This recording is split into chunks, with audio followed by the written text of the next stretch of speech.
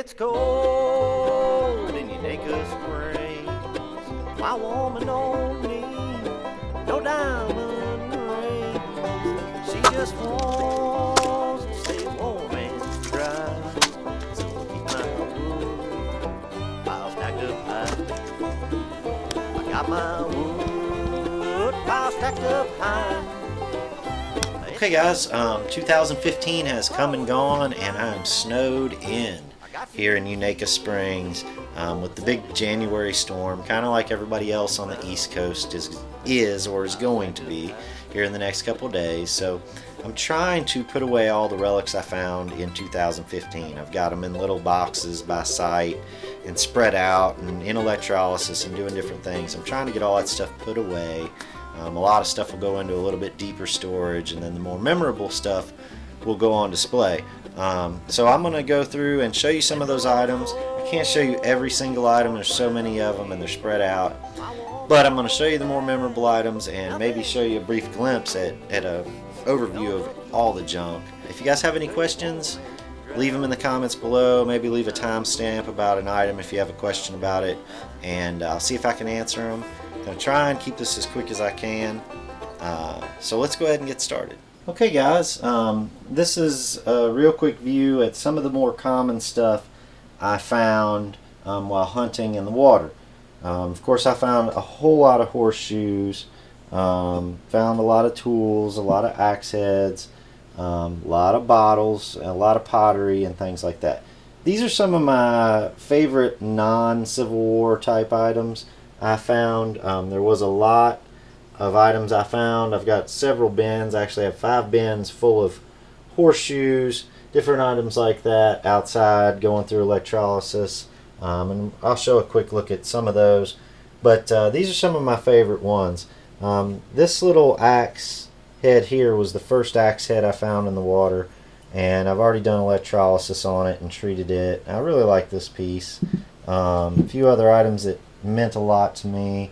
I found this item I found while hunting with my friend Bo, and at a spot he took me to, and there was a place there where this item would have been really significant. It's not Civil War or anything, but I still like it. It's a seltzer bottle top, and yeah, that one just means a lot to me. I also found this Crotal bell there and this Civil War bullet there, and also this type of boat hook there, which I liked. Some other neat items are these hames that I found.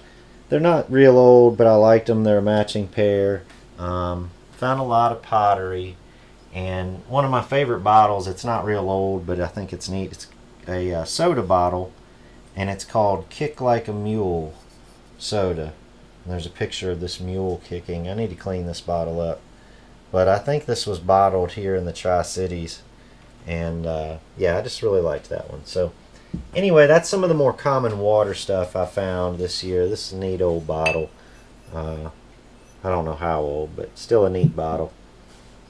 Let's move on to some of the more significant water finds. Alright, here's some of my more memorable water finds. Of course, there's a lot of artillery shells here. There's actually 2 artillery shells missing. One of them I gave to my father. It was one like this with a fuse. I wanted to make sure he had one with a fuse. Another one is with a friend right now who is making me a display to hold all these Hotchkiss shells. So at any rate, I found 10 of these Hotchkiss shells this year from the American Civil War. They were fired. Some of them were fired, and they were pretty amazing find for me. This is what I spent the entire summer looking for, so I felt really blessed to have found these. I think there's 4 different patterns of these shells that I found this year, and they were in varying states. Some of them have the fuse still in them, like this, and there is a bolt here. This is a solid bolt.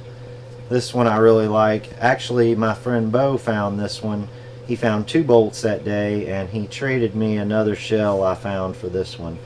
So this is one I didn't find, but I found one, a shell. I just traded it for this one. Um, Couple other neat ones. I like this one. There's no flame grooves on it. Let's see. This one right here, the pusher plate, in the bottom of these shells, there's a cavity, which I can show you here. If you look down inside of there, you'll see a cavity at the bottom. And in this one, there's a nail down there, but there was a plate inside these shells that would blast out of there. And in this one, the pusher plate is loose inside of there. It's kind of neat. You can kind of just barely see it inside of there. So that's kind of neat. And this one has a nail down inside of it as well. So anyway, these are some of the base cups. I found 4 of these base cups this year for the shells. A lot of them you can see the patent date there on the shell, which was pretty neat. And I also found this beautiful breastplate. This was my first water relic of the year, and I really need to find a way to preserve that brass and the beautiful shine that's on this piece a little bit better. And this one has the back mark on it. I don't know if you can make that out in this light, but it says W.H. Smith, Brooklyn, New York. So that's a pretty neat piece as well. I found a lot of bullets. I think I found just over 100 bullets in the water this year. This one's wormed. A couple super high impact bullets. A lot of Spencers. Just a whole bunch of bullets and a variety of other brass items. That's a line adjuster and some brass buckles and cartridge casings, things like that. A lot of pottery. It's a little lead pipe bowl. A whole lot of just random things in the water. But that's a pretty good synopsis of the best items I found this year. 11 Civil War artillery shells. Of course, I found this Shinkle shell. My buddy Bo invited me out to hunt with him at a place and took me in, and I found this Shinkle shell. If you look right here, you can see it says J.P. Shinkle, patent October 16th, 1861 there on the fuse. So I was real happy with that piece. It was a really good, successful year in the water. This was a lot of what kept me from hunting very much on the land this year. A quick view at what we're looking at for land hunting for this year. There's a whole lot of stuff here. There's no possible way I can go through it all. I've got some bits of it separated out. I'm still trying to get into these totes I use where I separate things by location. You can see I've got a little card in here. Most of it's covered up, but it shows where I found these items, and that way I can put them up and keep them in a little bit deeper storage, and still keep them separated out by where I found them and keep track of all the relics. So let's go in. I'm going to try and point out some of the more relevant ones. Again, there's no way I can go through all of this, so I'm just going to do the best I can to show you the good stuff. Alright, let's try and run through some of these finds as quick as we can. I'll point out the highlights for me. I had a lot of sites like this that would produce bullets and some random things that I wasn't sure what they were, and so those are all separated out. Got a couple friction primers this year from a Confederate artillery position, which I was real happy with that. Had a place that was putting out some little colonial type buckles. Let's see, I'll try and get some of these in the light. So I was happy with those. A lot of Civil War places that gave me some neat, unique bullets this year. This position is actually a battle that my great-great-grandfather fought in, and I found a whole bunch of neat 69 caliber bullets. This is a musketoon, pieces of frag, some carved bullets, and this was actually a Confederate position here. And I found a real nice cut coin. I'll get to that in a few minutes, but I found it at this Confederate position along with a carved bullet. They were all in the same hole, so I'll point those out again in a minute. Here's another Civil War site I hunted with my buddy Richie. We were up around Richmond, Virginia. This is kind of a neat piece. It's a suspender buckle, and it has kind of a image of a sailboat and a lighthouse on it. This was at a Civil War battle site there near Richmond. I found a bunch of bullets and stuff in there, so that was a good day. This is a Yankee camp that I hunt with my dad in Kentucky. I found some neat stuff in there this year. There's a post office button. That's not from the Civil War, but it surprised me a little bit. Found a lot of Yankee buttons in there. Dad found a gold watch in there this year. This was another site, home site. It's got an old Dodge Brothers tag out of there. And this was a Civil War camp too. There was Civil War bullets in there. Several nice buttons. I got a nice Goodyear button out of there. That's marked Goodyear and has the 1861 on it. Can't really make it out with this camera. Found a neat fossil in there. Kentucky puts out some neat fossils, so if you're ever there, keep your eyes peeled for that. And that looks like another Civil War camp. Just bullets and stuff, I'm sure. This was from an old stagecoach site. I found all kinds of stuff in there, from arrowheads to locks. There's a Three Merry Widows tin, a headless soldier. All kinds of stuff came out of there. There's another nice arrowhead. A lot of buttons, things like that came out of there. So that was a good site. Let's see. This is just across the road from there. There's a baggage tag. There was a stagecoach there. Stagecoach stop. This is kind of a neat piece. It is from the Black Diamond Mining Company. It's a miner's token. And it says Black Diamond Mining Company on it. It's got a lot of punches in it. Somebody worked hard for that. Number 92. So that was kind of neat. Watch fobs, things like that. Buttons, lots of buttons. This is from a big Civil War camp I've hunted for a while, and it's a certain part of it's really started putting out. There's a neat stencil and a chain and hook, and there's a heel plate. But a lot of bullets, carved bullets, and fired bullets. There's the back of a Confederate spur. Came out of there. Little part of a gold watch was out of there. Not a whole lot of stuff in that area. This box here is just full of stuff. So that was a good camp for this year. Let's see what else we got in here. This was one of the button areas. It just was full of buttons. Buttons are everywhere. I think there's like 100 buttons that came out of it. And there's a bunch of clad coins and silver coins, just modern junk I found. Got this nice, I guess this is a Celt. This was right here in Tennessee. And there's a Flame. That's from the 1840s. I really liked this piece. I found it up in Virginia at my cousin's house, actually. I found a Virginia button there too. I'll try and pick that out again in a minute. This Curdle Bell came out of her yard as well. Got a nice ding to it still. Of course, I found 3 belt buckles this year. 2 of them were on land, and there's videos for these. This was the sword belt plate I found with Bo.